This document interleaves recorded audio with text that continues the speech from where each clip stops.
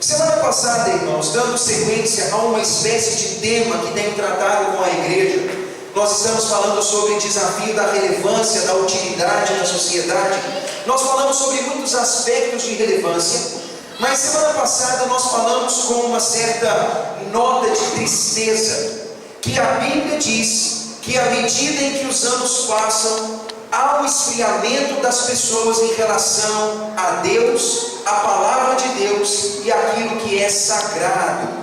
Eu não quero aqui, irmãos, ficar chovendo no molhado, voltando onde nós já estivemos, mas é evidente para todo mundo que a sociedade ela caminha numa direção onde o sagrado, o religioso, já não é mais valorizado. Isso se dá na igreja católica, na igreja evangélica, nas igrejas históricas, nas igrejas modernas. As pessoas estão perdendo o respeito pelas coisas de Deus. E na verdade isso não é uma surpresa para ninguém. Para todo aquele que conhece a Bíblia, esse tópico não deveria gerar surpresa ou espanto, porque a própria Bíblia já diz que à medida em que os anos passarem, esse movimento crescerá. E as pessoas se afastarão mais e mais de Deus e de tudo aquilo que diz respeito a Deus. Meus irmãos, não é fácil assimilar isso. Não é fácil para mim, enquanto líder de uma igreja, assimilar que grande parte das pessoas que ouvem os sermões de domingo durante a semana não vão assimilar. É triste para nós admitir que muitas pessoas da nossa família não vão querer olhar para Deus, que elas não vão querer viver pensando em Deus. É frustrante imaginar que países antigamente cristãos já não serão mais cristãos daqui a um tempo, e que os valores cristãos que transformaram a sociedade para melhor ficarão perdidos no passado. Eu quero dizer para vocês uma coisa, irmãos: quanto mais o homem se distancia de Deus, tanto mais o homem se distancia de realizar-se pessoalmente. Quanto mais o homem se distancia de Deus, tanto mais ele se afasta de tudo aquilo que na verdade ele precisa e busca. E quando eu penso nessa fuga do homem em relação a Deus, eu acredito que é necessário hoje à noite dizer para vocês que, embora esse seja um movimento natural da sociedade, nós precisamos nos manter fiéis, constantes em meio a esse movimento de rejeição a Deus. Nessa noite, irmãos, a palavra que Deus nos traz, ela traz como uma advertência a que nós permaneçamos fiéis e constantes em meio à fuga humana de Deus. Nós precisamos nos manter fiéis e constantes, mesmo que tudo e todos abandonem. E alguém vai dizer: nossa, pastor, mas por que falar desse assunto?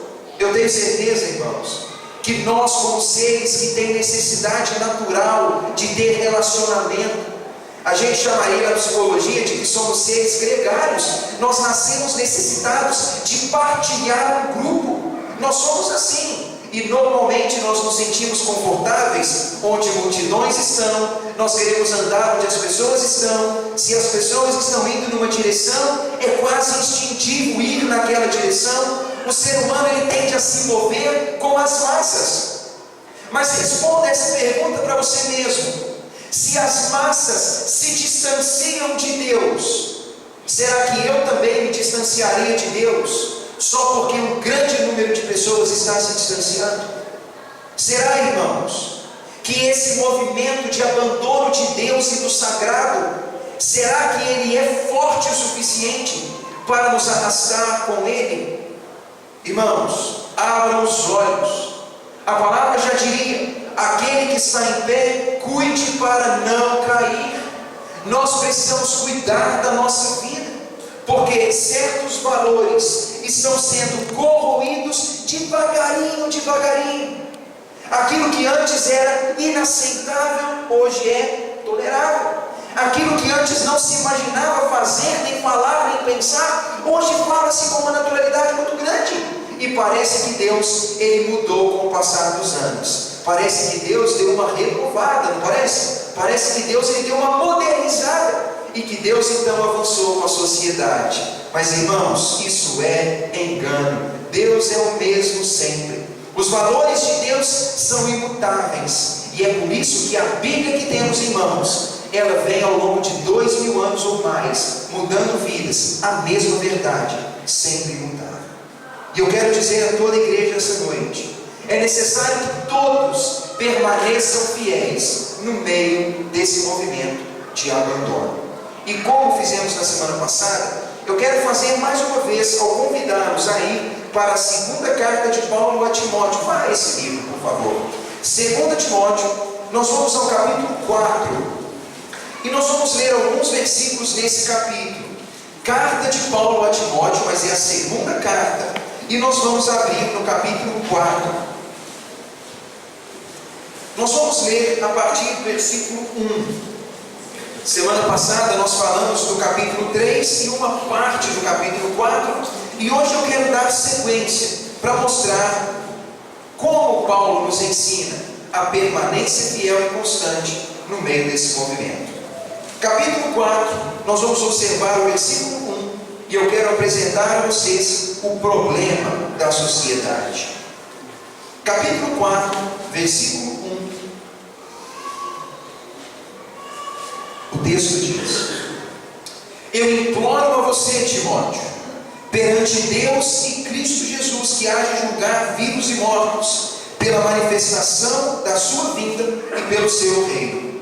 Prega a palavra, insiste, quer seja oportuno, quer não, corrige, repreende, exorta, com toda longanimidade e doutrina, porque haverá um tempo em que as pessoas não suportarão a doutrina verdadeira. Pelo contrário, elas se cercarão de mestres que satisfazem as suas cobiças, e elas sentirão coceiros nos ouvidos. Elas se recusarão a dar ouvidos à verdade, e elas se entregarão a fábulas, mentiras e histórias inventadas. Tu, porém, seja sóbrio em todas as coisas, suporta as aflições, faz o trabalho de um evangelista e cumpre cabalmente o ministério que recebeu de Deus.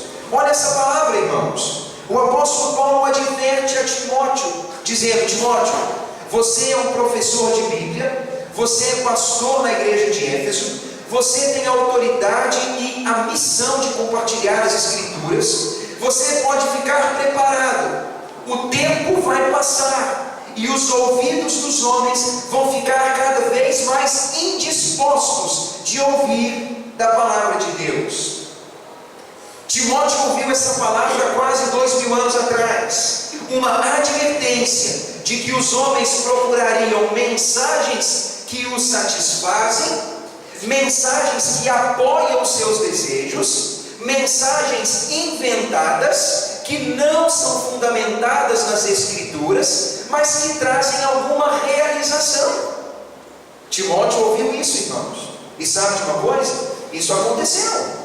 À medida em que o tempo passa, parece que as pessoas elas se rebelam contra aquilo que Deus diz, e elas então começam a buscar aqueles que dizem o que elas querem ouvir. Mas Paulo diz: Timóteo, faz o trabalho de alguém que prega a palavra. Não abre mão da palavra, mesmo que todo mundo desista de ouvir. Não mude o seu sermão. Não pregue outra coisa que não seja aquilo que Deus disse. O seu compromisso deve ser com o Evangelho. Suporta as aflições, faz o trabalho, porque o teu ministério é pregar o Evangelho. Imagine Paulo, irmãos, dando esse alerta para Timóteo. Tente imaginar o apóstolo Paulo, um homem que tinha dedicado mais de 30 anos da sua vida ao ministério apostólico. Paulo, em aproximadamente 30 anos de ministério, ele percorreu milhares de quilômetros.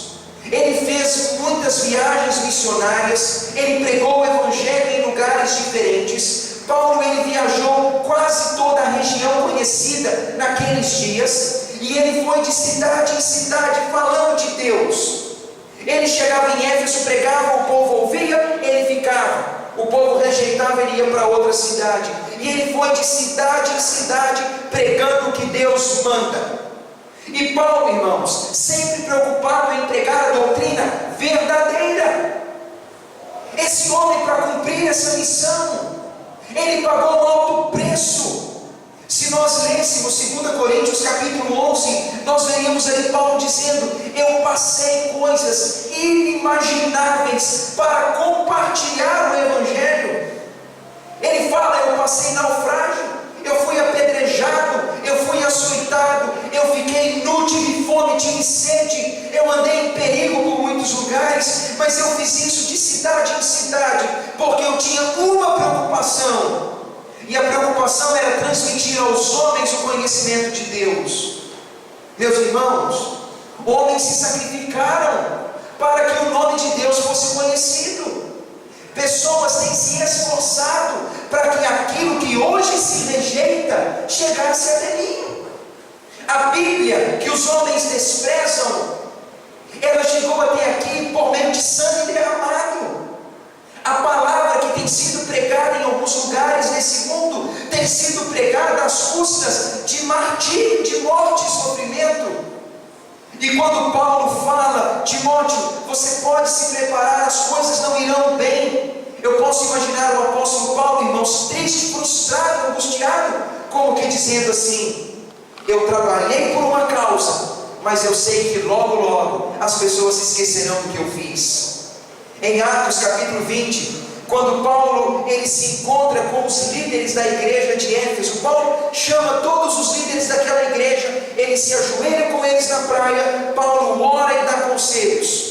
Paulo diz: meus irmãos, vocês não me verão mais, eu não voltarei nessa cidade, mas eu afirmo para vocês uma coisa: lobos se infiltrarão no meio da igreja, eles destruirão as pessoas, eles enganarão pessoas, eles vão pregar mensagens falsas. Tomem cuidado do rebanho de Deus, porque vai haver um movimento de destruição da igreja e da mensagem que foi pregada.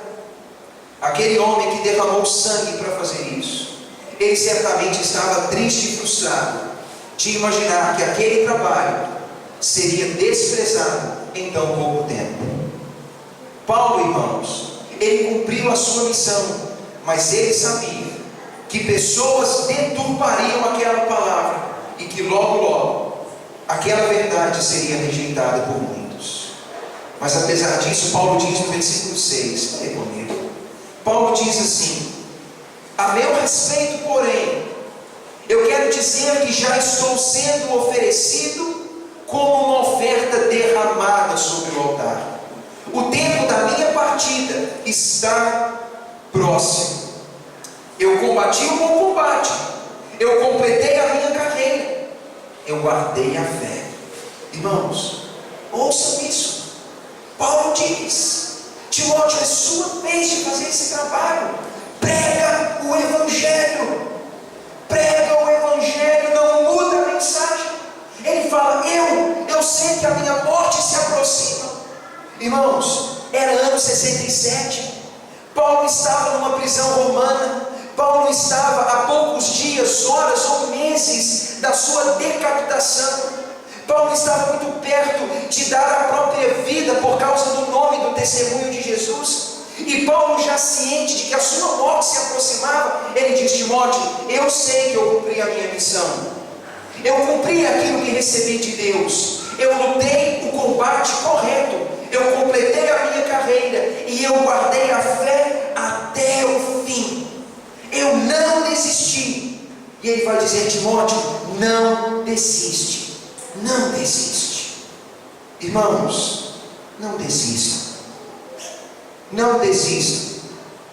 Todos vocês que pregam a palavra de alguma forma, aqueles que são professores de escola bíblica, aqueles que dão aula na escolinha da noite, às vezes a gente tem uma mania de menosprezar esses trabalhos. Parece não. Tem gente que acha que aula de criança na igreja é entreter criança, para os pais ficar livres. Irmãos, é tudo bobagem isso. Toda pessoa que fala da Bíblia tem que encarar aquilo como uma preciosidade, como uma missão, como uma responsabilidade única de mudar vidas.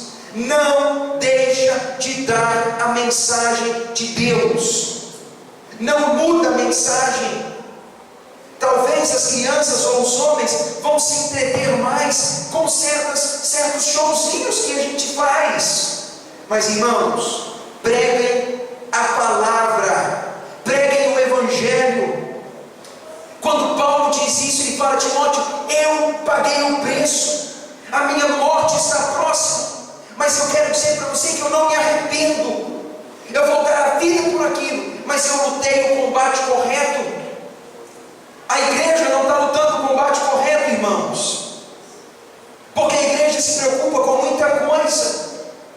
Se a igreja não se preocupa com a propagação da palavra, ela está preocupada com as coisas erradas. Entretenimento a gente tem em vários lugares. Preocupação demasiada com música é bobagem. Música eu escuto em casa. Quando eu vou à igreja, eu vou lá porque lá eles me ensinam de Deus, porque eles sabem a Bíblia, porque eles falam da verdade, da palavra que transforma. E a igreja tem perdido a razão da existência. É como se Paulo tivesse que bater na porta da igreja e falar: povo, prega a palavra, prega a palavra. E Paulo, irmãos, ele sabia que a sua morte estava próxima. Ele sabia que pagaria um alto preço pelo ministério que teve. E sabe como Paulo estava se sentindo nesses dias? Leia comigo o versículo 9. Olha, irmãos, sintam as palavras de Paulo. Tentem imaginar, prestes a morrer, preso, sabendo que a morte estava perto. Paulo diz: Timóteo, venha depressa ficar comigo. Demas, companheiro nosso, ele amou este mundo pecaminoso. Ele me abandonou e se foi para a cidade de Tessalônica. Crescente foi para a Galácia, Tito para a Dalmácia. Somente Lucas está comigo. Toma João Marcos e traze ele para mim, porque ele me é útil. Quanto a ti, eu mandei para Éfeso. Quando você vier, traz a capa que deixei em Troade, em casa de Carpo, bem como os livros, especialmente os pergaminhos. Alexandre, o homem que trabalha com lata e bronze, ele me causou muitas dores, mas o Senhor pagará as obras que ele tem feito. E você, Timóteo, guarda o seu coração e se guarde dele, porque ele resistiu fortemente à nossa pregação. Na minha primeira defesa perante o Império Romano, ninguém foi a meu favor, antes todos me abandonaram. Que isso não lhe seja posto em conta. Irmãos, tentem imaginar Paulo dizendo: minha morte está perto, eu sei que o preço que vou pagar é muito alto. E Paulo diz: Timóteo, vem logo ficar comigo, porque os meus companheiros estão me abandonando e eu estou sozinho. Só Lucas está comigo e eu estou precisando de ajuda. Irmãos, dá para sentir o tom emotivo de Paulo aqui. Paulo foi um homem de Deus precioso, mas aquele homem estava, irmãos, numa prisão, próximo da morte. E Paulo vê certos companheiros abandonando ele. Demas, se vocês lerem Colossenses no final da carta, lá no capítulo 4, você vai ouvir Paulo dizendo: Demas é meu companheiro fiel. Mas agora, perto da morte de Paulo, Paulo diz: Demas, ele amou as coisas erradas do mundo e ele desistiu da missão, agora ele me deixou. Ele diz: outros foram em missão para outras cidades e eu agora preciso muito de consolo. Ele fala: só Lucas está comigo, vem logo Timóteo, e quando vier atrás de João Marcos também. E Paulo diz no versículo 16: quando eu compareci perante Roma, para que eles julgassem a minha causa, ninguém foi lá me ajudar. Sabe de uma coisa, irmãos? Esse homem, que estava dando sua vida por essa missão, que estava perto de dar a própria vida, literalmente por essa missão, ele chega no final de uma trajetória vitoriosa, e ele está sozinho. Muitos o abandonaram, e ele tem esse sentimento de solidão que corrói, e ele vai dizer: venham me apoiar, venham ficar comigo, eu preciso de suporte. Nesse cenário, irmãos, eu diria para vocês que Paulo tinha tudo para ser um homem frustrado. Chegando perto da morte, sentindo que companheiros estavam abandonando, Paulo vendo seus irmãos indo para longe e ele se sentindo só, depois de um ministério árduo e duro, Paulo se depara nessa situação terrível. E alguém diria: nossa, que fim trágico para um homem, se sentindo só, perto da morte. Como será que Paulo estava? Meus irmãos, venham comigo um pouco mais. Versículo 17, o texto diz: o Senhor me assistiu. Embora todos tenham me deixado, o Senhor me assistiu. Ele me revestiu de forças, para que por meu intermédio a pregação fosse plenamente cumprida, e todos os gentios a ouvissem, e eu fui salvo da boca do leão, ou da sentença de morte. O Senhor me livrará também de toda obra maligna, e Ele me levará a salvo para o seu reino celestial, que Ele receba a glória eternamente. Amém. Vejam, irmãos, no meio desse cenário todo de frustração, Paulo ele vê a iminência do abandono da mensagem. Paulo vê seus companheiros indo embora. Paulo vê que pessoas estavam amando as coisas do pecado e deixando ele. Paulo se sente sozinho. Paulo não tinha ninguém com ele na hora do julgamento. Ele vê que aquele ministério parecia estar não dando o efeito necessário. Mas no meio daquilo tudo, Paulo vai dizer: eu sei que Deus está comigo. Eu sei que Deus me ampara. Deus me livrou da morte. Deus vai me livrar de novo. Deus vai me dar um lugar na glória. E Paulo diz: a coroa da justiça que me espera. Deus é um juiz justo, e Ele não vai deixar de me recompensar. E no meio de todo esse caos, irmãos, eu consigo ver um homem estável, apesar da solidão, um homem que não negou aquilo em que acreditava. Ele não duvidou de Deus, ele não culpou Deus, ele não perdeu a esperança no controle de Deus. Meus irmãos, quando alguém se colocava diante do imperador romano para ser julgado, ou de um governador, a sentença típica era: é cristão, vai para a arena ser morto pelos leões. A sentença era essa. Paulo era cidadão romano e ele não podia passar por essa morte, mas a morte costumava ser decapitação, crucificação ou coisas do tipo, e o homem passaria por aquilo. Mas ele entende: Deus continua sendo bom. Deus continua ao meu lado. Deus continua sendo fiel comigo. No final do texto ele vai dizer: Timóteo, que Deus seja com teu espírito, que Deus encha o teu espírito, porque Deus está enchendo o meu espírito, e é por isso que eu estou de pé. É como se Paulo estivesse dizendo: Timóteo, só é possível suportar essas adversidades se o espírito humano estiver cheio de Deus. Se assim não for, o homem desiste. Muitas pessoas lutaram causas nobres, não tiveram o fim glorioso que imaginaram, não encontraram coroas de louros no final da jornada, nem foram aplaudidos por pessoas, não encontraram banquete de celebração depois de todo o trabalho. Muitas pessoas se empenharam em causas além das próprias forças, e no fim teriam motivo de se sentirem derrotados. Talvez até poderiam duvidar da causa, talvez poderiam ter pensado: a missão não valeu a pena. Mas irmãos, quando um homem combate o combate correto, o fim dessa pessoa sempre é glorioso, porque Deus assim o vê.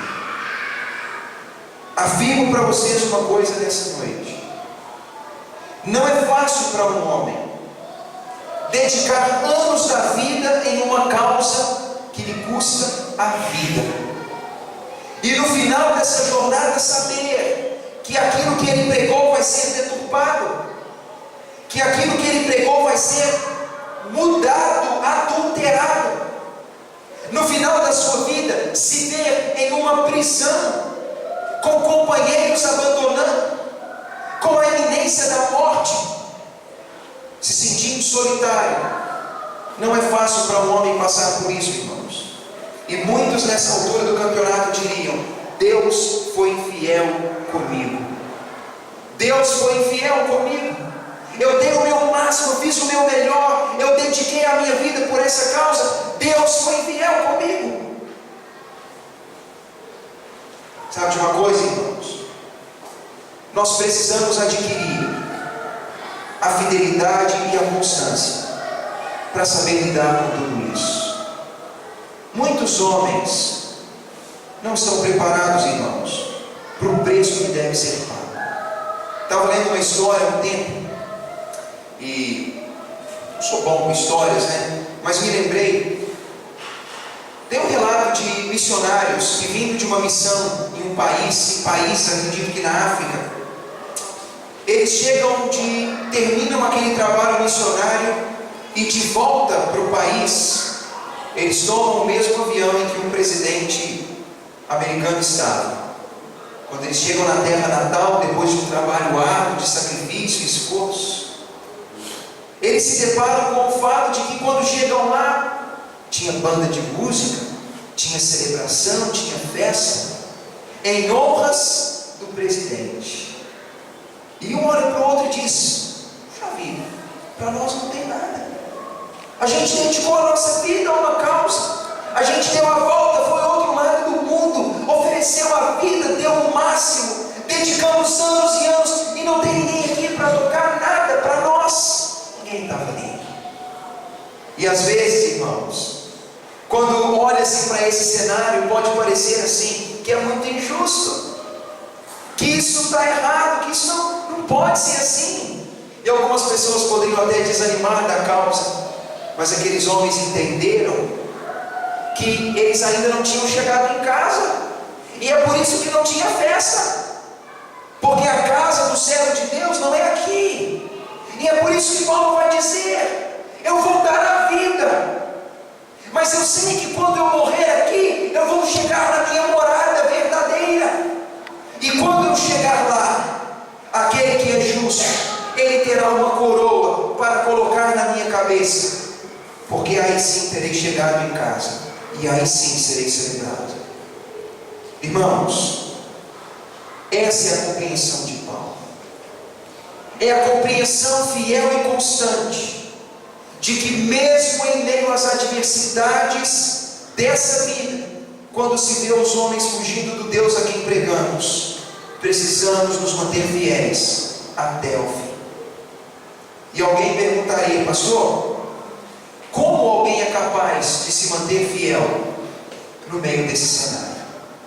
Quero concluir lendo com vocês alguns poucos versículos. Vá até o capítulo 1 dessa mesma carta, irmãos. Capítulo 1 de 2 Timóteo. Eu quero ler com vocês alguns versículos.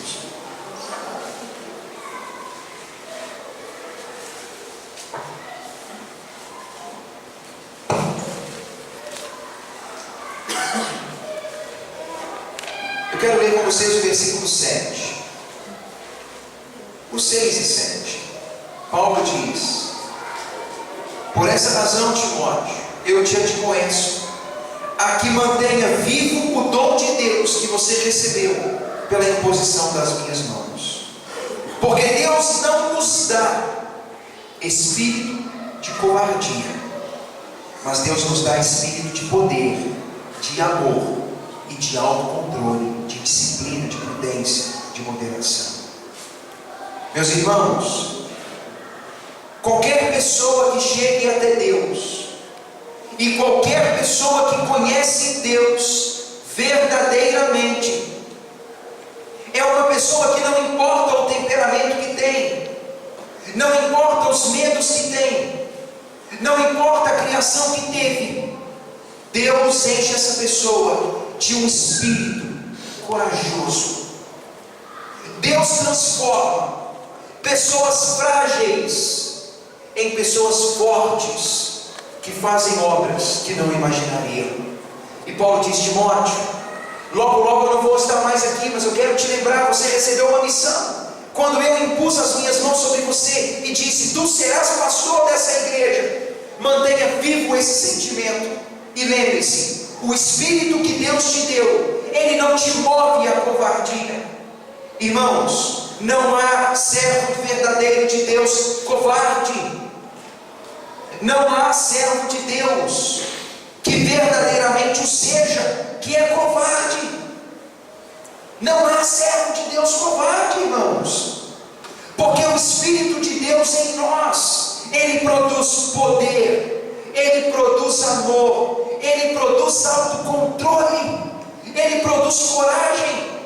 E é por isso que nós nos perguntamos: como pode um homem às portas da morte continuar assim, constante, firme, animado e motivado?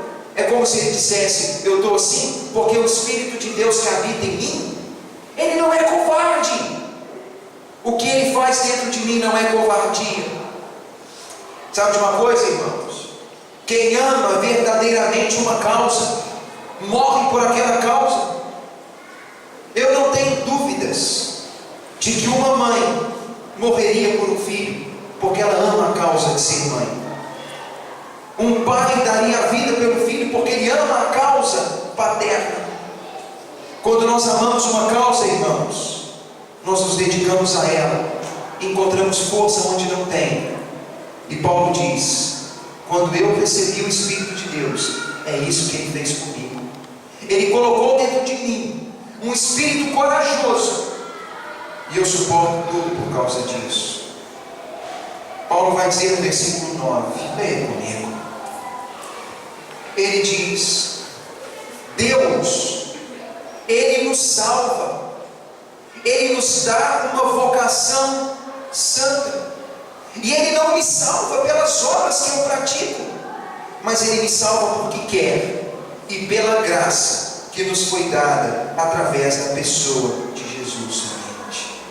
Paulo diz: Deus coloca em nós um espírito corajoso. Paulo diz: Deus me salva. Por que vou viver preocupado se Deus me salva? Ele diz: Deus me deu uma vocação santa e preciosa.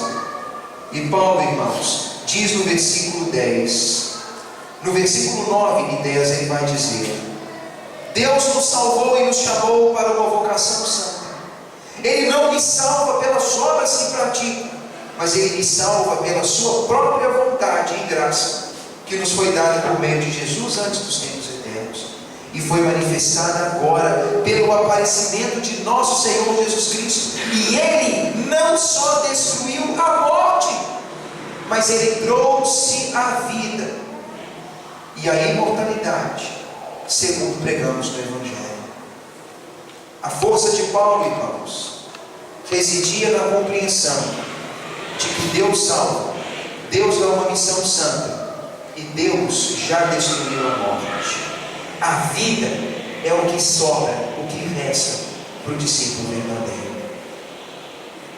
Quero dizer para vocês essa noite: o movimento humano é de rejeição de Deus. O movimento, irmãos, é de rejeição de Deus. Todo mundo que segue a boiada, que é Maria vai com as outras, que segue o fluxo, que segue a corrente, prepare-se, cedo ou tarde, você também vai abandonar Deus. Todo mundo que segue a multidão, cedo ou tarde, abandonará Deus, duvidará da Bíblia, duvidará da existência de Deus, começará a ler a Bíblia dizendo: será que é assim? Será? E se for mito? E se não for assim? O movimento é esse, irmãos. Mas aquele que é fiel, ele provavelmente vai sofrer quando vê isso. Professores sofrem quando veem a preciosidade do ensino que dão aos alunos não ser acolhida. Eu tenho certeza que é o que acontece com o pastor, com o padre, com o ancião, com o presbítero, com qualquer um que fala da Bíblia. Ele dá o ensino e o povo não acolhe o ensino. É um sentimento de tristeza, irmãos. Mas sabe o que vai acontecer? É nessas horas em que a nossa constância deverá se manifestar. Mas como posso eu ser constante? Irmãos, Constância é algo que se tem quando se vive em Deus de verdade. Constância é algo que se adquire quando se recebe a salvação em Jesus. O homem que é salvo, ele recebe um espírito de coragem, de poder e de autocontrole. Um homem que foi salvo recebe uma missão nobre e santa. Um homem que foi salvo por Jesus, a única coisa que o espera é a vida e a imortalidade, porque a morte não é o fim. Quero dizer a todos nessa noite: é necessário permanecer fiel e constante, mesmo que toda a humanidade fuja de Deus. Talvez você vai estar um dia numa prisão como Paulo, às portas da morte, talvez vendo amigos e irmãos seus indo embora. Talvez vai estar se sentindo sozinho. E nessas horas, quando você olhar para o céu, será que você vai conseguir dizer como Paulo: todo mundo foi embora, mas eu lutei pela causa correta e vou morrer pela causa correta. Todo mundo fugiu, mas eu vou. Meus irmãos, é uma decisão que todo mundo tem que fazer um dia. E preparem-se para isso. Maridos, se preparem, porque se um dia a esposa desistir de seguir Deus, você vai ter que ser corajoso para seguir sozinho.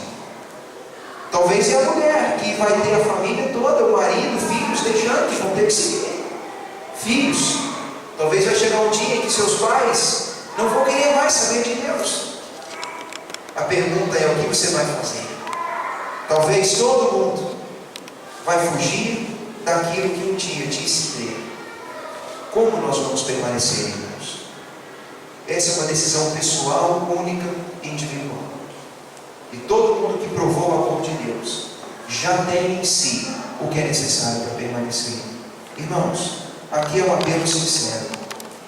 Tenham bem decidido os seus corações que vale a pena combater esse combate, que vale a pena correr essa carreira, que vale a pena fazer o que tiver que ser feito para chegar ao fim dessa missão. Os anos vão passar e vai ficar mais difícil, mas seja fiel, porque eu digo para vocês, em conclusão: quem espera vida e imortalidade tem que ser fiel até o fim. Aquele que retrocede, Deus não se agrada dessa pessoa. E quem retrocede, retrocede para a perdição. Meus irmãos, perseverem até o fim. Vamos lá. Ó Deus, observar Paulo nesse cenário move nosso coração. Quando nós olhamos para esse homem, Deus, nós nos admiramos com tudo aquilo que ele fez, com os sermões, com a autoridade, com os milagres que o Senhor operou através dele. Paulo é considerado santo pela tua igreja, mas quando nós olhamos para esse homem, Pai, nós vemos que foi um homem que teve uma vida difícil, que no final da sua jornada teve motivos de tristeza, mas um homem que foi fiel até o fim e não amou a própria vida mais do que a vida de Jesus.